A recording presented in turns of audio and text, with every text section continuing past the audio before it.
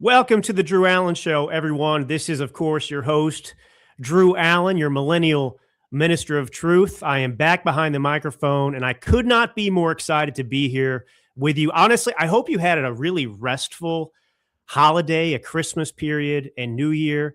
I know that I am just revved up. I'm excited about this new year. Something has happened with me, and it's just different. I'm not typically a New Year's Revolution person, but there's a lot I want to accomplish, a lot of self-improvement, related to just being a husband and father and somebody who has to work out here in the real world. And so I'm just thrilled. And we're off to such an amazing start. I mean, the capture of Maduro was like a Christmas present for me. You know, I don't think much about Christmas presents anymore because I've got two young kids, almost 3-year-old, and actually my youngest is turning 1 on Saturday. Happy birthday to her soon. And I woke up to that news and I was ecstatic. And, I talked about this on my YouTube channel. And, I just encourage you, go ahead. I just started there as well. Some updates. It's at Drew Thomas Allen on YouTube. That's the page that we're starting up there. But I want to get into this because I want to talk about what a visionary president Donald Trump is. And many people don't give him the credit that, frankly, he deserves. And I want to compare him to someone named Thomas Jefferson, our third president, because Thomas Jefferson was also a visionary. This is a person who orchestrated the purchase of the Louisiana Territory, the Louisiana Purchase, which overnight expanded the U.S. territory. It doubled it. And he was looking ahead to the future, Western expansion. Napoleon Bonaparte, if you remember that name. He was the emperor at the time. He crowned himself over in France. And he was very smart and strategic in taking that. I mean, can you imagine the United States today if we didn't have half our country because of the Louisiana Purchase?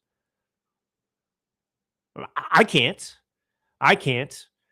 But, every generation, they produce these leaders who manage the moment. And there are a rare few who see beyond, right now, the present. They just are reactionary. Visionaries are not reactionary. Visionaries, they anticipate. They see the threats. They anticipate the threats, and they address them before they become problematic. And America's greatness has been shaped by these individuals who come along who are visionaries. That's why we're in the position we are today. And, Jefferson understood something that modern politicians and many Americans who think that history started today, right? Well, these individuals often forget that, geography is destiny. Power and security, I would add, follows land and resources and access. And Trump has never, one thing I've always admired about Trump is that he does not think in 4-year election cycles. He thinks long term. He thinks in terms of sovereignty, in terms of national security, in terms of leverage and future threats. And I introduce all this because I want to talk about Greenland. I want to talk about Venezuela and how these relate to world affairs. I want to address some of the shallow thinking out there because it's important. And we need to be specific and direct about how we define what America First really means. America First does not and has never meant isolationism. It has never meant retreat. It means exceptionalism, American exceptionalism. This belief that the United States must preserve its strategic advantage before, right, not after, before adversaries can exploit weaknesses. And that is what Trump is doing right now. He understands the energy war. He understands the war for technology, of AI, all of these things that are coalescing right now in this modern era. And, we are in a vulnerable time, just like we have been before, because we have a lot of adversaries out there that do understand this. And they don't have a bunch of leftists screaming, trying to destroy their countries and bring them down. Now, I'm not defending these enemies out there, the Chinas and Russias and Cubas of the world, but particularly China. You know, these are run by dictators, but they're uniquely focused on dominance. And their dominance means destroying us and weakening us. And Jefferson didn't ask Europe's permission to secure America's frontier. He was America first. Trump doesn't ask and doesn't need to ask global elites for approval before he defends American interest either. So this is where I want to introduce the conversation about Greenland. You know, to the media, to Democrats, to the left, you know, Trump's interest in Greenland was mocked. You know, they viewed it as some sort of joke. Oh, what an idiot. But to serious strategists, people with brains, people who understand history, who understand the future, who understand the challenges that we face right now. And I want to say one thing before I move on with this. One of the problems with the Biden administration, and there were obviously an infinite amount, we could spend all day, all year talking about them,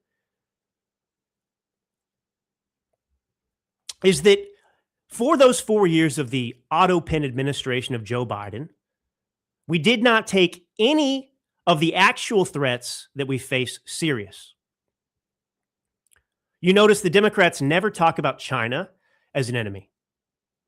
Now, they focus exclusively on Russia to the extent that they love, you know, their corruption in Ukraine, and they want to protect that at all costs. But China is the greatest adversary we have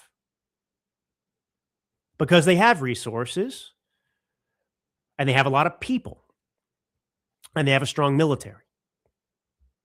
So look, Greenland sits at the crossroads of the Arctic. This is a region that has been, and many people haven't noticed this, but it's a region that's rapidly becoming the next theater of global competition. Ice has melted over there. Shipping lanes have opened up. You've got rare earth minerals that are accessible in that region. You've got military positioning that's becoming decisive. And who has been moving there? China and Russia. Trump sees what Jefferson saw centuries ago. If America doesn't secure strategic ground early, it's going to pay for it later. Whether it's in blood, in treasure, lost influence, all of the above, that's what we're talking about. So when these critics out there are mocking Donald Trump and laughing at Donald Trump's worldview, I mean, they're repeating the same mistake that Jefferson's own critics made. Vision is not impulsiveness. You know, and these people mistake strength for recklessness. And let's face it, these people are globalists. They don't believe that America deserves to be the greatest country on the face of the earth. Part of what motivates them to bring this country down a peg while lifting up other nations, especially our enemies, is to level the playing field. That is not America first, and that's not American exceptionalism. It is our government's role to look out for this country exclusively. They are supposed to selfishly look out for the needs of America, period. And that'll play into the Somali stuff we'll get into in a little bit too. But these detractors of Trump, these critics who are mocking him, who are in fact the idiots themselves, they ignore that the uncomfortable truth, I guess, for them, that, you know, America's greatest advances were made by leaders willing to think decades ahead. So the idea that the United States would seek strategic control over Greenland, that's not radical, it's not imperial, okay? And it's not un-American either. Okay, this is the opposite. It's actually quintessentially American. That's what Donald Trump is doing right now. He is making America America again. And that's obviously uncomfortable for the left because they do not embody American values. They don't embody the greatness that resonates within many of you and great Americans throughout history. From the very beginning, The United States has expanded. And we didn't do it out of conquest for conquest's sake. We did it to secure trade routes. We did it to secure our national defense, to establish long-term strategic dominance. That's why we've expanded. We bought Louisiana to control what? Any historians out there? The Mississippi River, and to pave the way for Western expansion.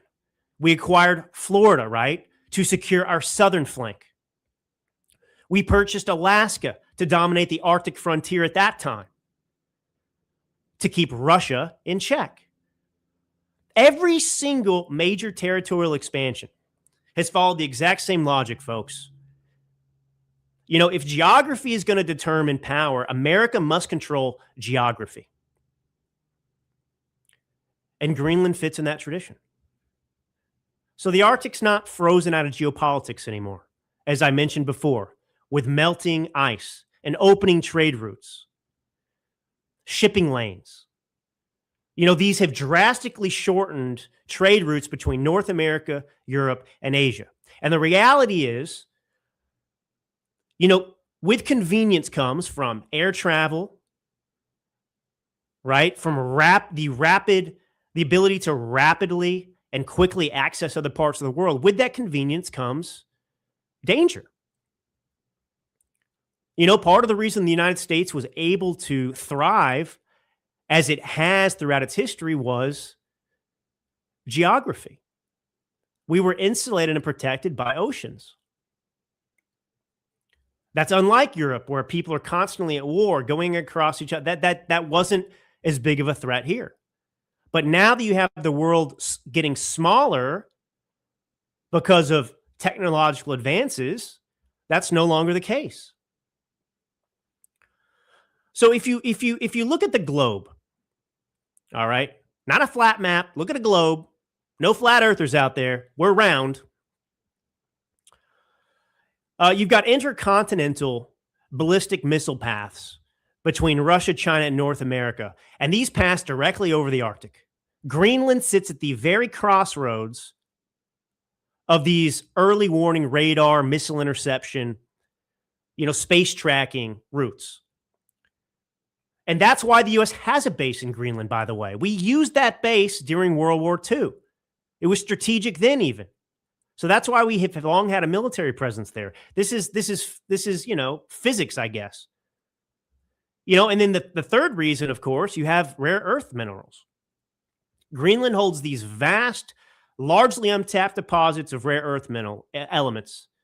And these are critical to modern technology, to weapon systems, to semiconductors, right? Renewable energy, and AI infrastructure, which demands so much energy. And China has been dominating that supply chain. Remember the chip issues with Taiwan and China? We weren't making semiconductors here. We weren't making the chips here. We had big problems with our cars. And yeah, some of this was supply chain because of the COVID shutdown and so on and so forth. But these are real problems.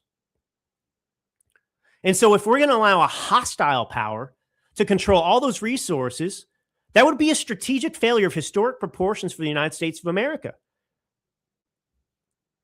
You know, so this isn't colonialism, as the left would try and say it. This isn't imperialism. This is common sense. We did not become a superpower, folks, by apologizing for our interests.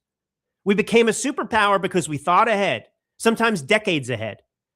And securing Greenland is not about domination. It's about stability. It's about protection, deterrence, preventing these adversaries, China, Russia, Cuba, Iran, all who have the same desire to destroy us, to hurt this country, to replace us. We've got to secure Greenland to prevent our adversaries who also want Greenland from filling a vacuum that we're too timid to occupy. And the days of timidity are over, folks. Trump's not timid. I'm not timid. I hope you're not timid. I hope in this new year, this is the bug you're catching. This excitement about what it means to be American, this excitement about our future. I'm so excited about our future, folks. Doesn't mean it's without risk. Doesn't mean we can just, you know, float. But there's so much opportunity, so much abundant opportunity out there if we just take it.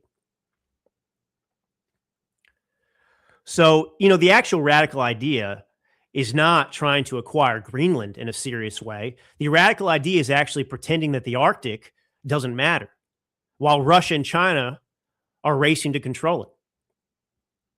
That's the reality.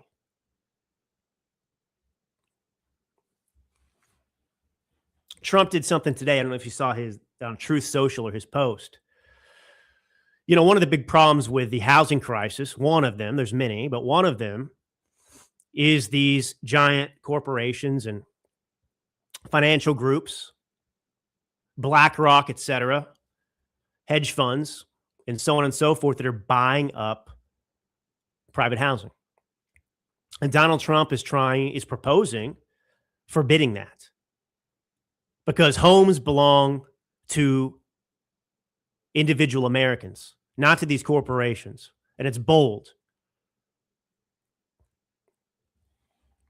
And I want to talk about Venezuela in a second too. But first, what do these billionaires, 4 major banks, and a legendary 72-year-old investor all have in common? They're all making the same shocking prediction. You know what that is? Gold is headed for $10,000 or more.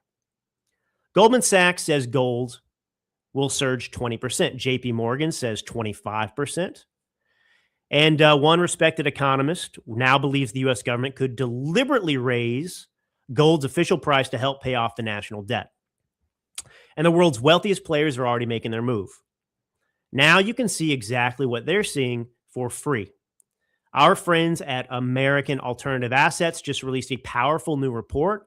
It's called The Surprising Case for $10,000 Gold.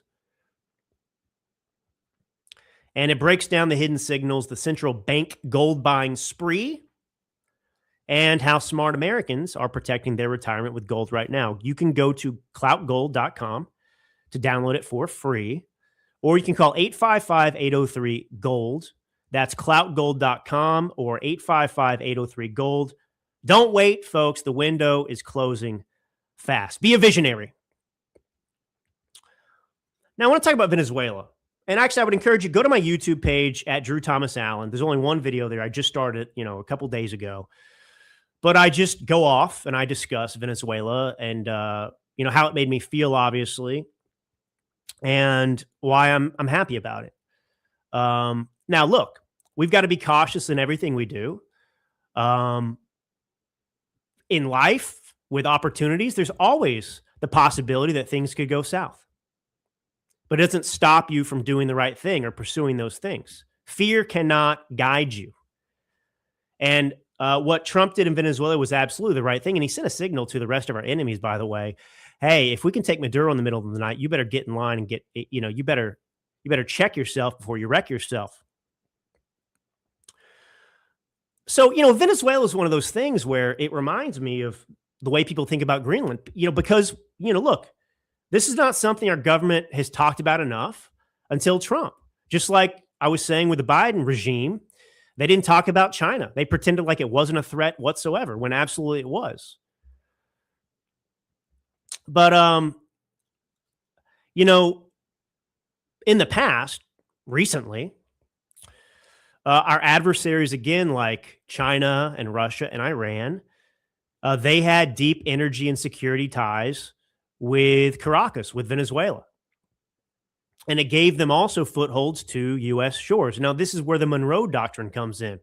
The idea that strategically we have to protect and defend our hemisphere. And Venezuela was a national security problem for us. It's not just about the drugs.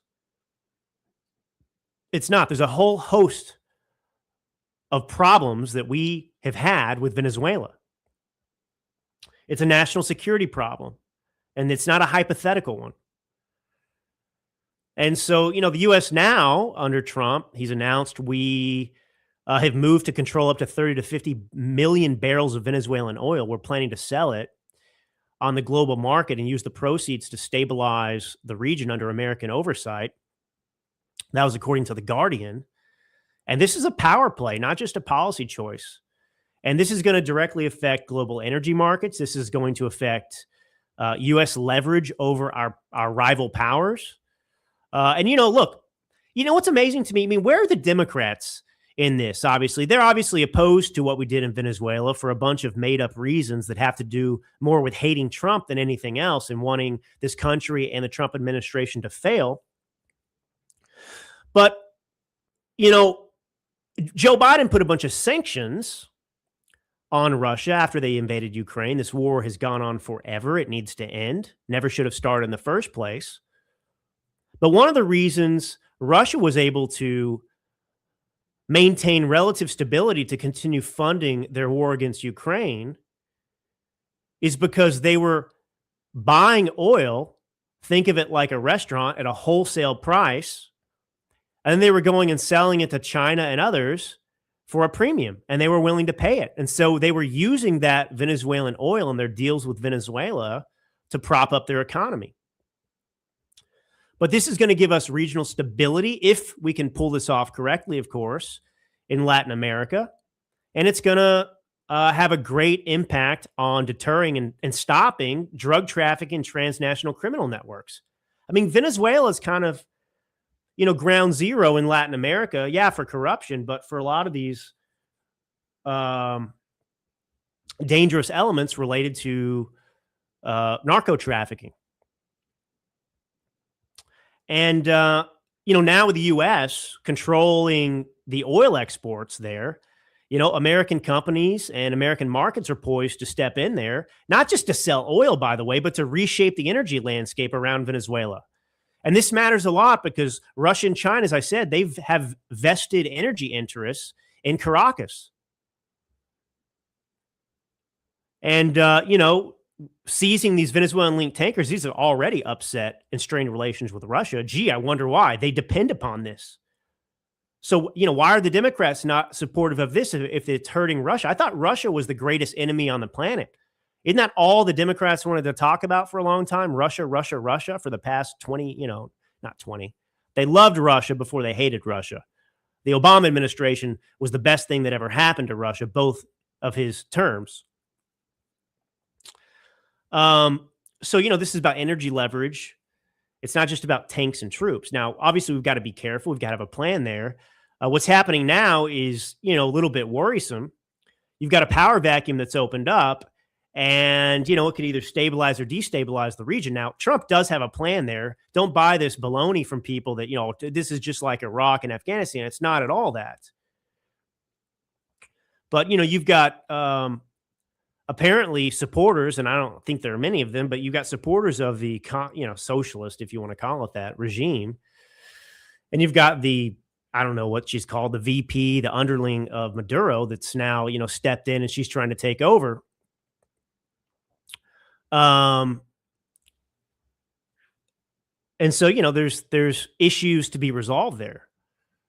But, Maduro's hilarious. He was just arraigned in court and he's out there, saying to the judge, I'm a man of God.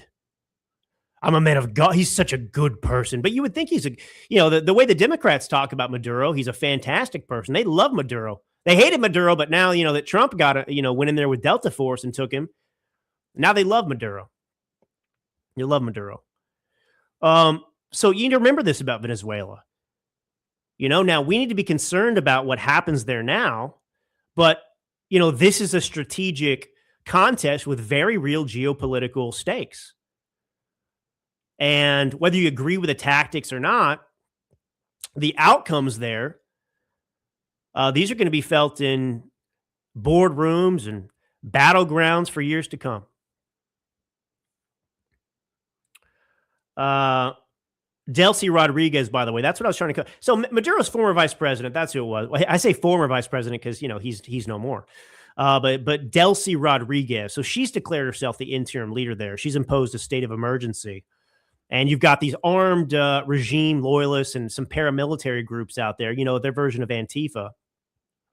They're patrolling Caracas, and apparently they're cracking down on dissent, kind of like what they were trying to do in Iran, which is a whole other situation too. So public order there is very fragile. And, look, a lot of this is going to come down to the people of Venezuela. It's going to come down to the people of Venezuela.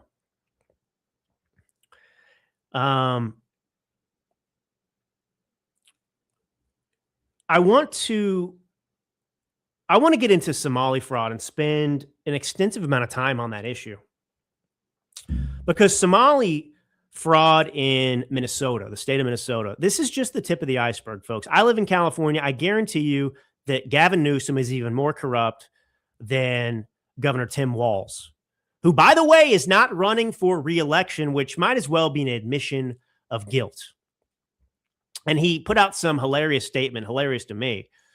Obviously, he plays the victim here, right? He's overseen this. He's responsible for this Somali fraud because he looked the other way. He was told about this fraud that was happening for years and years and years. And actually, what ended up happening is Governor Walz and other people in the administration that depend upon the Somali votes, who are basically in on this game, this corruption, this ring of fraud, Al Capone on steroids. Well, you know, Tim Walz, you know, I've got to step down because, you know, my focus has to be fighting this corruption, and I can't work on the campaign and fight the corruption. What were you doing for the past 2 terms while this was going on? Oh, now I'm too busy fighting the corruption. What? You know, I just want to get into this with some media I've got. Most of my clips have to do with this. And then I want to get into Mamdani and his, you know, tenant czar there with price controls. I mean, by the way, I hope you understand, you cannot hide any more Democrats. We know that you are communists. Call yourself socialist Democrats. Call yourself whatever you want, progressives. You are communists. Mamdani is who you're holding up, and Mamdani is a communist, and I will prove it to you on this show today, folks. But first, they had a hearing on Capitol Hill, I guess today it was, grilling people related to this fraud in Minnesota, you know, members of government. And I've got one clip I want to play. I'm not going to play a bunch of other ones. This one's 2 minutes, 11 seconds, but it is a beatdown. A beatdown. I want you to listen to Representative Brandon Gill shut down this witness. Watch this. Again, thank you for being here. Let me ask you, does large-scale Somali immigration make Minnesota stronger or weaker? Certainly stronger. Certainly stronger. Do you know what percentage of Somali-headed households in Minnesota are on food stamps? No. 54%. Do you know what that number is for native Minnesota-headed households? Well, to be clear, a majority of the... It's 7%. There's a big difference between 54% and 7%, is there not? Excuse me, sir, could I answer the question? Let me move on. We've got a lot of questions here. What percentage of Somali-headed households in Minnesota are on Medicaid? I don't know. It's 73%. Do you know what that number is for Minnesota native households? Again, you're using the phrase Minnesota native households, but the majority... The number is 18%. That's quite an astounding difference. I think we would agree. Can I answer the question, please? Let me ask you one more, and then we can go on to that. What percentage of Somali-headed households are on welfare in general? I don't know. It's 81%. What about, let me just ask you, after 10 years of being in the United States, what percentage of Somali immigrant households continue to be on welfare? I don't know. The number is 78%. So even after 10 years, 78% of Somali immigrant households continue to be on welfare. Do you know what that number is for native Minnesota-headed households? Again, you're using non-Somali immigrant-headed households. If I can just answer the question, when you're using the phrase native Minnesotans, the majority of Somali Minnesotans are as Minnesotan as any of us. They were born in the United States. It's only 8,000 of the 108,000 Somali. Nevertheless, the welfare usage is astoundingly different. Let me ask you again, does that make Minnesota stronger or weaker? Again, I'd like the opportunity to answer the question here. Go for it. Folks, did you hear those statistics? That is astounding. And this is what we're fighting back against, what I'm fighting back against. America is not the world's trash can. Do you know why we have immigration? It's to make this country better, to improve it. And statistically, he's telling you right there, after 10 years of being here, 70-something% of these Somalians are still on welfare. And this is what the Democrat Party is doing, and nobody can deny it now. They love these immigrants and illegals that come here into this country. from third world countries because it's this disgusting relationship whereby the immigrants, refugees, in this case, Somali refugees, they hose the American taxpayer and they commit fraud as well to the tune of $9 billion, they believe right now so far, $9 billion just in the state of Minnesota alone. And in return for impoverishing and robbing native-born Americans, non-Somalians, non-refugees, etc., they vote for Democrats. And so they bring these people in, they put them on welfare, they destroy this country, keep giving them money, and in return, they get a vote. This is replacement theory, folks. This is called replacement theory. I didn't come up with it. The Democrats are proud of it. They have announced it. This is what replacement theory looks like. I don't care about, and it does get racist from them, not us. It matters nothing to me that Somalians have black skin. What matters to me with the Somalians is that they come here and they don't contribute to this economy. They don't contribute to the country. And the narrative from the left is a lie. This is a nation. We need these immigrants, a nation of immigrants. No, we're not a nation of immigrants, broadly speaking, just across the board, as if every single immigrant in this country is exactly the same. No, not all immigrants are created equal. The immigrants who came here at the turn of the century, the 20th century, the early 1900s, came here with nothing and there was no welfare state. Those immigrants were amazing. So were immigrants before that came here asking for nothing in return but opportunity. And these people came here distinctly, specifically because they wanted to be American. Somalians go up there and speak and they run for office and they talk about representing Somalia and Somalians. No, you represent Americans if you come here. And this is the problem. No assimilation, no love for this country. They want to come here and rip us off, and I'm tired of it. It is not the role of our government to import everyone around the world, and the barrier for entry is so stupidly low that it's simply, I don't want to live where I live, and I want to live in the United States of America. I don't want to be American, but I just want to come there because I can do better off of welfare than I can in my country. I'm sorry, that's not it. We are the top of the food chain. We are the Major League Baseball. All right? We're not AAA or AA or whatever you want to call it. We are the top tier. And there should be a high barrier for entrance to this country. What are you going to do to make this country a better place? No. We are not here as Americans who have shed our blood throughout our history to create the greatest nation in the history of the world. We don't exist so that you can come here and take our tax dollars from me, who works for a living and has a family to feed. No. How are you going to come here and contribute? But we don't ask immigrants to contribute. Democrats don't want them to contribute. The only contribution Democrats want is throwbacks to their campaigns from the fraud schemes they're overseeing and looking the other way. And they want the vote. That's it. That day is done. That ship has sailed. America is back. America is back. Daniel Volpe, I just want to get into a comment here on Facebook. Is this really Naomi Wolf's site? If so, did you actually go to Trumpster? Daniel, where have you been? Have you not been following Dr. Wolf for a long time? She saw the light long ago. She's one of the greatest advocates for just liberty, period. She has a functioning brain. She's a brilliant woman. You should pay more attention to her, Daniel Volpe. You'd learn something. Okay, so we played that clip, right? Astounding. These people never get off welfare, and obviously they're committing massive fraud. Now, there's no accountability whatsoever.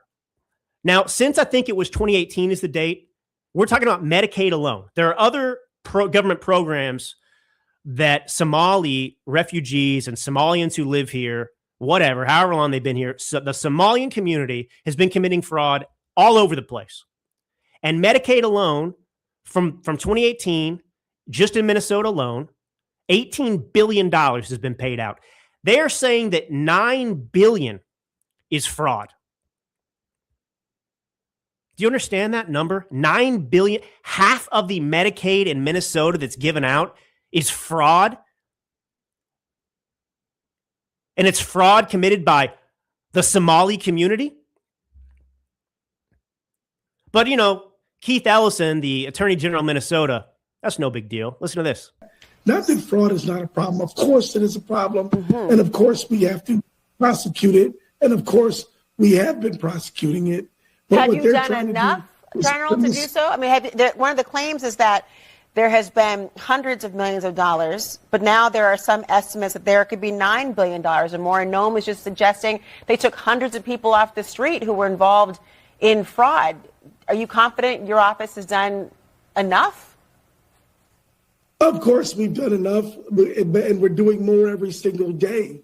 This is a political matter. This is not a serious thing. And I tell you, this is not a serious thing. You have the Attorney General of Minnesota who's saying that the $9 billion plus in fraud in that state, half of Medicaid fraud, that's just not a big, it's just a political thing, folks. If you did this in the private sector, you think you could just go and tell the judge? It's just, this is nothing. What are you talking about? No big deal. It's just $9 billion of taxpayer dollars in Minnesota alone. Who cares? Who cares? Now, I want to expose the game here for you, right? I sort of explained this to you a little bit about why this is happening and why the Democrat Party in Minnesota has looked the other way to allow this to happen. I've got a Somalian man named Mohammed who took to the podium in Maine, and he delivered a warning to Democrats. And that warning, as you'll hear, is if you keep talking about the fraud taking place, the entire voting community is going to abandon Democrats. Listen, Mohammed. My name is Mohammed. I'm speaking today on behalf of the Somali community in Lewiston. Some of you sitting here today, we voted for you. We elected you to protect our community interests, not creating division or go after one elected member from our community. This narrative, if this narrative continues, our community will be forced to re-examine our relationship or political relationship, including our relationship with the Democratic Party and who will be voting in the future. This is not a threat. So this is effectively a hostile takeover of our cities and our states. So you're importing a bunch of immigrants who love this country so deeply that they're holding it hostage. Now, Mohammed there, just so you know about his background, he's charged with stealing a firearm. He's provided a false address to run for his seat. He lied about the address and reasoning. The address he gave was condemned. He was raided for drugs. And he sits on the Lewiston School Board. I'm fed up with this, folks. This isn't your country, Mohammed. It's our country, and you need to be respectful of this country. And if you can't be respectful, get the HE double hockey sticks out. That's it. Very simple message. Very, very simple message.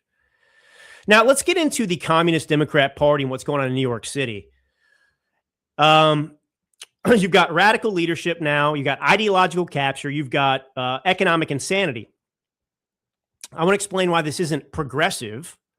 It's openly collectivist, and it's anti-American. This is what happens when ideology replaces competence. But I do want to give Mamdani credit, because soon I'm going to play for you a clip of C. Weaver. This is the new communist mayor's. She runs his office to protect tenants. Unbelievable. But Mamdani has done something decent for New York City. I know you're shocked, Drew Allen. What are you saying? The Millennial Minister of Truth. Will you tell your first lie on this show today? Mamdani has done quite a bit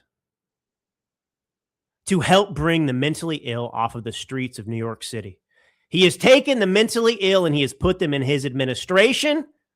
And I suppose the silver lining is there is some good in that, getting the mentally ill off the streets and in his administration.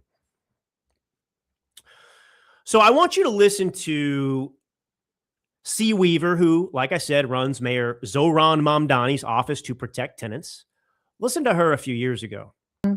I think the reality is that for centuries, we've really treated property as an individualized good and not a collective good.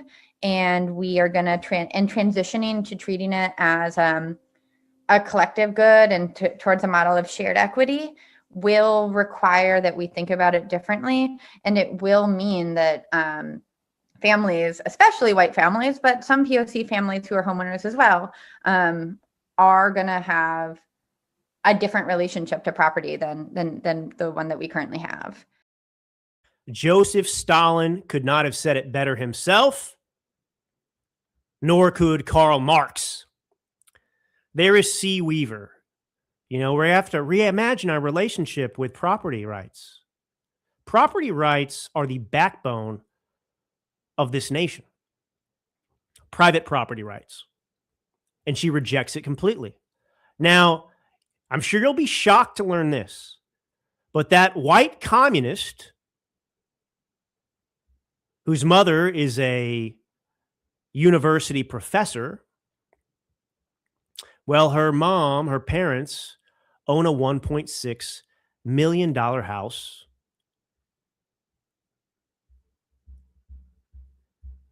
in Tennessee, I believe. So there you have, just like Mamdani, one of the people, his parents are millionaires. And you have C. Weaver, who is fighting for the people. Her parents own a $1.6 million house. I mean, I don't know. Some of you who are older than me, right? I'm 38 years old. I'll be 39 in February. Even in my life, I cannot believe that this is being spoken publicly, proudly, and people are being elected to office that are openly espousing communism. Communism, which has killed more than 60 million people in modern history. And this is what they're espousing. Incredible. So there you have her admitting she's a communist. And now that there's some blowback, some backlash about this, because believe it or not, it's still not quite popular to tell people you're a communist in America. Not yet. Listen to her try and backtrack, or not. Something you'd said on Twitter about home ownership being a tool of white supremacy.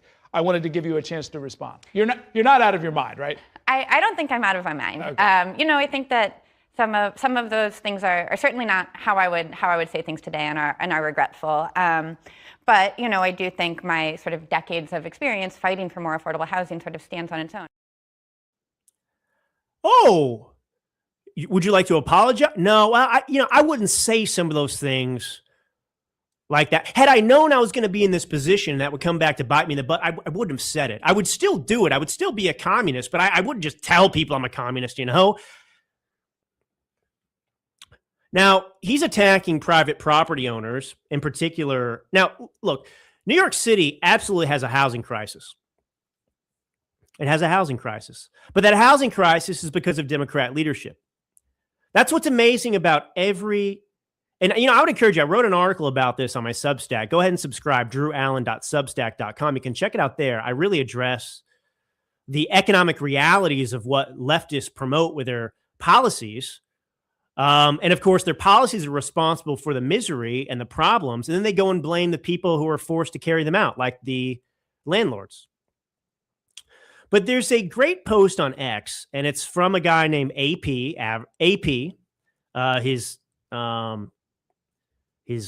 can find him average_New York, NY_guy. But he writes, who will build NYC if builders are the enemy? And I want to read some pool quotes here from this and kind of go through this with you.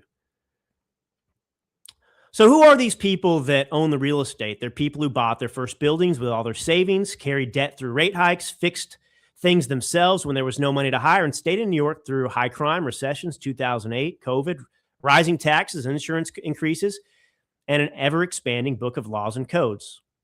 None of them were promised fairness before they started, and none of them were protected from risk. And that's what he says is missing from Zohran Mamdani's worldview. Mamdani's never built anything.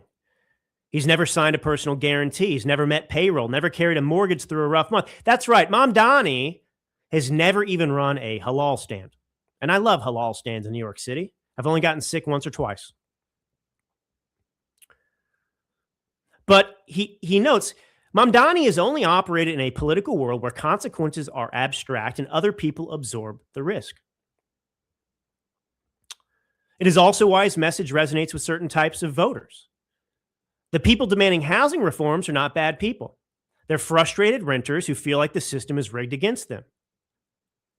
But frustration doesn't change math. Housing is hard. Ownership is a very slow process. Building anything meaningful in New York City takes years of stress and debt. The people calling for landlord policies often want the outcome without the grind, stability, risk, and the reward without years of sweating that every responsible adult who succeeded here had to endure. It doesn't work like that. Citywide vacancy in New York City sits around 1.4%, a level considered an emergency. Median rents keep rising, and it's outrageous. Manhattan near $4,800, Brooklyn around $3,800 a month. And there's already a thick layer of regulation. The reason is obvious. Supply has not kept up. Supply and demand, folks, this is an economics 101. The city needs hundreds of thousands more over the next decade just to stabilize prices, but New York City adds roughly 30,000 units in a good year. At the same time, construction costs here are among the highest in the country. Financing is difficult. Insurance is wildly expensive. Mamdani's proposals take that fragile situation and they make it worse. When you cap upside while leaving downside unlimited, rational people stop participating. Developers are not arguing on X. Leaders aren't protesting. They simply reallocate. Projects stop coming up. Renovations are postponed. New construction dies before shovel hits the ground. Mamdani is offering emotional satisfaction, not solutions. He tells voters that prices are high because someone else is greedy, not because the city has spent decades making housing harder and almost impossible to build. You know, tenants aren't going to win with the rent control. That's the point. Buildings are going to continue to deteriorate. Supply is going to tighten further. Rents are going to rise anyway. And the result of Mamdani's policies is going to be a worsened wealth gap. This is what communism leads to. There'll be very wealthy people who can buy condos, and then there will be people stuck in these rent-controlled apartments, and there won't be enough of them.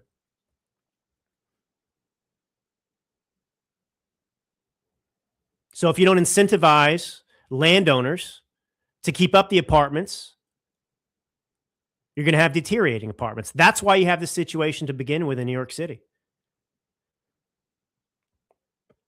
It's just an astonishing thing, folks. I mean, liberalism, progressivism, which is a false name, it's regressivism. It doesn't work. And so many people, maybe some of you listening to me now, absolutely you're good people. Some of the biggest hearts that I know are some of the liberals I've known in my life. But the problem is emotion is not a replacement for reality. You know, emotion is not a replacement for actual results. And it's not the property manager's fault. It's not the owner's fault that this situation is happening in New York City. There's a supply problem. You have to cut red tape. You have to incentivize people to build more apartments in the city. It's math. It's economics. So if you're going to have more rent-controlled apartments, well, guess what? You're going to decrease the supply that's already, you know, there's not enough housing, but you're going to have people convert it to condos so they can make money. And it's unfair. You know, this is why I'm so sick of attacking people who are successful in this country. Blood, sweat, to acquire these properties and build something for yourself, and you are having to live under the tyrannical regime of Democrats in New York City who are doing everything they can to punish you for that success. You know, these property owners, they don't want people to live in misery. They really don't. And why is it that the property owners are de facto evil all the time? The contributors, the creators are de facto evil, and all the others are good. It's just so outrageous. But look, if you're paying property taxes on a building that you own in New York City, and New York City's telling you can only take X amount of rent and it doesn't cover the cost, well, guess what? You're not going to spend money on that building. Capitalism works. Capitalism is why we're the greatest country on the face of the earth. It's just so sad, folks, to see this happen to people in this country. It breaks my heart. It really does. But I thought that was a great thing there. Look, I want to finish up by just letting you know something. See, I've got my book behind me, For Christ and Country, The Martyrdom of Charlie Kirk. Amazon censored it for 3 weeks. I am now the #1 book in the LGBTQ plus demographic studies category. And, I'm ranked like 5,000 on Amazon right now, which is okay, not bad. And that's just since this censorship lifted. But, and no, it's not. Yeah. I mean, am I trolling the left being in that category? A little bit. I am the #1 book in the LGBTQ plus. How do you think people feel about that? Hope they feel good. But actually, I address transgenderism in a very straightforward, serious way in this book. So that's actually why it's in that category. But I encourage you to pick it up. Now you can get it on Amazon. There's still a 3-week delay, I think, on getting the book, but it's very important. I was Charlie Kirk's publicist for a spell, and his death had a very powerful impact on me. Not because I knew him well, I did not. I was like millions of other people who were just shocked by what happened. And there's been no accountability for the rhetoric from the left and the violence that it results in. And I want accountability. This country needs it. I demand it. We need a national conversation about the left in this country and the violence they've unleashed on it. An ICE agent had to shoot a woman who was trying to run him over with her car and kill him in Minnesota. I mean, this has to stop. And we need to understand the root cause. And I do understand the root cause, and I try and explain the root cause, but it's also a book of hope. It's a book that shows the path forward. We deeply miss Charlie Kirk. And it's unbelievable that his family was robbed of a father and husband. I have 2 young kids the same age as his, and my heart breaks every time I think about it. But, you and me, we need to step into that void. No one's going to replace Charlie Kirk. There's not a replacement for Charlie Kirk. But you can become, it's about, American exceptionalism is based on our own demand of exceptionalism in ourselves. And I think for me this new year, it's about demanding that of myself. Not settling for where I am. Working harder, not just professionally, but studying issues, becoming a better, more capable person that can articulate these issues, that understands these issues, that studies these issues. And as a Christian, someone who reads my Bible and studies my Bible again. I want to be a better father to my girls. Girl dad, that's me. I want to be a better husband to my wife. I want to be a better leader in my community and my church. And I've just got this fire this year. I've just got this fire, and I think it does relate to Charlie. And thinking about his life and what he accomplished and saying, I've got to demand more of myself, because that's what Charlie's legacy was. It was many things, but one was Charlie Kirk became Charlie Kirk because Charlie Kirk always wanted to improve. He always wanted to become better. And he loved this country, and I love this country, and I know you love this country. Are you the best you can be right now? Are you? If the answer is yes, you're lying. We've got to improve. We've got to fight for this country. We've got to talk to people again. And I don't care about the left anymore and their hatred of me or my opinions and my beliefs, and frankly, the hatred of truth, because that's what ultimately got Charlie. We live in a country that doesn't have a tolerance for the truth. And the left is an ideology of lies. And we have to course correct. So I hope you'll pick up a copy of the book, For Christ and Country. I'm not going to hawk it every episode, but I haven't gotten a chance to talk about it. And frankly, I was very frustrated because I've never been censored before. And I wrote this book because I thought it was important. So I hope you'll keep me in that LGBTQ plus #1 spot. All right, folks. Much love to all of you, truly. Happy New Year. Again, check out my YouTube. I'll be posting there at Drew Thomas Allen. Check out the Substack, drewallen.substack.com. And God bless all of you, truly. Until next time.